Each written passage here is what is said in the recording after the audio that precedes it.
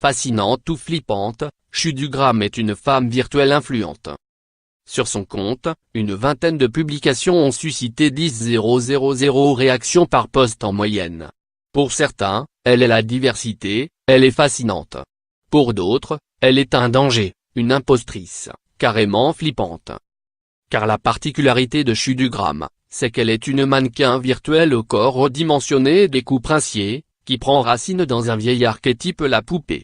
Beauté figurative et insondable. Peau ébène sans aucun défaut. Créée à partir d'effets spéciaux, 100% générés par ordinateur, Chudugram est la création artistique du photographe londonien Cameron James Wilson, qui a souhaité donner vie à un fantasme qui deviendrait la réalité dans notre monde filtré, où le réel devient faux. Inspiré de la Barbie sud-africaine, et des mannequins comme Alec Vec, du Kito ou Grace Jaune, Chudugram n'est pas voué à remplacer qui que ce soit, précise son créateur. @cjw.photo. Diaz 3 d'art. Une publication partagée par Chudugram @chudu.gram, le 22 avril 2017 à 6h31 PDT. Comme le souligne la revue de tweets du Huffington Post, la démarche a provoqué un tollé sur les réseaux. Sur Twitter, des internautes ont déploré une approche jugée parfois raciste. Un photographe blanc a trouvé le moyen de tirer profit des femmes noires sans jamais avoir à en payer une. Les modèles noirs, en particulier celles qui ont la peau foncée, ne sont pas une mode. Nous devrions être la norme. Ça montre à quel point aussi les peaux noires sont toujours aussi exotiques aux yeux des médias. Interrogé par le Harper Bazaar, le photographe dit avoir juste souhaité ajouter quelque chose en plus au mouvement du moment des mannequins à la peau foncée, et il insiste: Chudugram ne fait pas que s'en inspirer, elle les représente. @Tiffany Arnaud a Trendor Mouvement https://t.co/Todd9i5.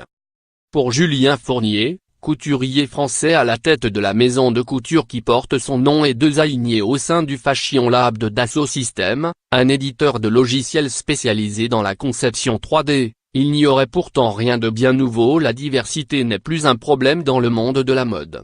Les barrières sont baissées. Il n'y a plus de diktat. Des noirs, des métisses, des rousses, des blanches.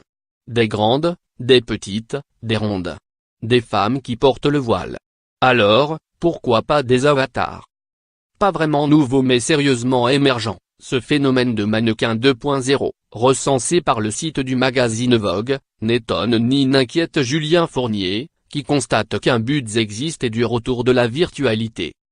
Le phénomène de dématérialisation des ambassadrices de la mode ne semble ainsi pas en être aux yeux du couturier. Il y a toujours eu des phénomènes. Et des gens avec des histoires de gros sous, dont je n'ai pas envie de parler moins, pour s'emparer des nouvelles choses, soupirerait presque Julien Fournier, en faisant référence à la marque de maquillage de Rihanna, Fenty Beauty, qui a utilisé Chudugram comme égérie pour mieux vendre son rouge à lèvres. Chudugram est-elle meilleure ou pire qu'un mannequin réel, qu'un influenceur réel? Car Instagram, ce n'est pas vous. Pas eux. C'est juste la version numérique d'une personne, comme l'explique à la BBC Justin Rosvani, le fondateur de T-Amplify, une agence marketing qui met en relation les marques avec des influenceurs. D'un point de vue technologique, la création de mannequins virtuels donne l'opportunité aux créateurs de pouvoir rêver n'importe quel corps et de mieux s'adapter au corps réel qui change.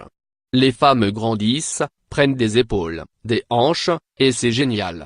Le virtuel, c'est juste une avancée de plus. On est obligé de travailler avec les nouvelles technologies, assure Julien Fournier. Mais l'essence de la couture et de la mode restera toujours la quête de définir ce qu'il y a de meilleur chez chacun d'eux. Avant de revenir à celui dont les compétences techniques créent plus de polémiques que d'éloges véritables,